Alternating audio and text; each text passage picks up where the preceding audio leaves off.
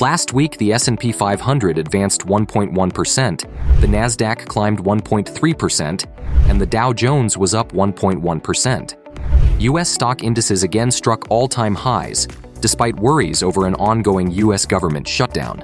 The shutdown had led to the suspension of government economic data, and Friday's scheduled non-farm payrolls figures were not published.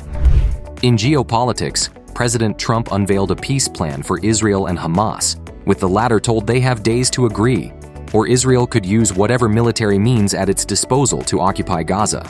NATO-Russia tensions continued to rise as more NATO countries saw unidentified drones. Crude oil prices sank to multi-month lows, but natural gas prices climbed to a fresh 2-month peak. Gold prices saw another week in the green, with the precious metal hitting a new historical high. Platinum prices edged upward, while palladium prices declined by Friday's close. The highlight of the economic week could be on Thursday. Fed Chair Powell is set to speak. Last Friday's postponed U.S. NFP and unemployment data could be released this week, possibly Friday. But the shutdown makes government economic release schedules unpredictable. This weekend's OPEC Plus meeting decided on an output increase of 137,000 barrels per day to take effect from November. Traders will continue to monitor geopolitical developments related to Russia, Ukraine, and the Middle East, after reports outlined that Hamas accepted President Trump's peace plan for Gaza and that Israeli, Hamas, and U.S. representatives will meet in Egypt for negotiations on Monday. American Airlines price increased 1% to a near 1-month high amid recent optimism for the airline industry due to recent solid passenger numbers and lower jet fuel costs due to falling crude oil prices. On the other hand, the government shutdown could pose challenges to the industry since past history shows that a lack of government employees at airports can create delays and cancellations. American has recently been upgraded by Jefferies and TD Cowen brokerage firms. The company is scheduled to post its earnings results on October 16th. Coinbase's stock price surged 19% to its highest level in over 2 months.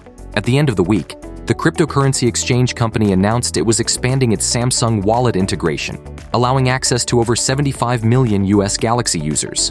Rothschild Brokerage also upgraded the price target of the stock, citing subscription numbers and the recent acquisition of Deribit, a crypto options venue. Bitcoin, whose price is closely correlated with Coinbase, also rose last week. Crude oil prices sank 6.8%, their worst weekly performance in months, as black gold slipped to its lowest level in 4 months. Prices dropped on reports that OPEC Plus could increase output by 500,000 barrels per day over the next 3 months. The reopening of a major pipeline from Kurdistan to Turkey also added to fears of oversupply, while the IEA stated in a report that the oil market would be oversupplied in 2026.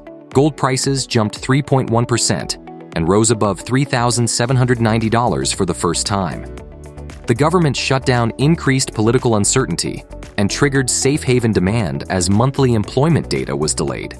Major investment banks, including Bank of America, continued to increase their price targets to $4,000, while UBS raised its prediction to $4,200. Prices also remain underpinned by heightened global central bank purchases.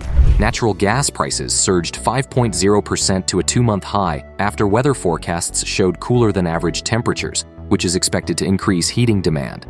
A lower than expected EIA storage build, suggesting demand is increasing in the U.S., was a major catalyst last week.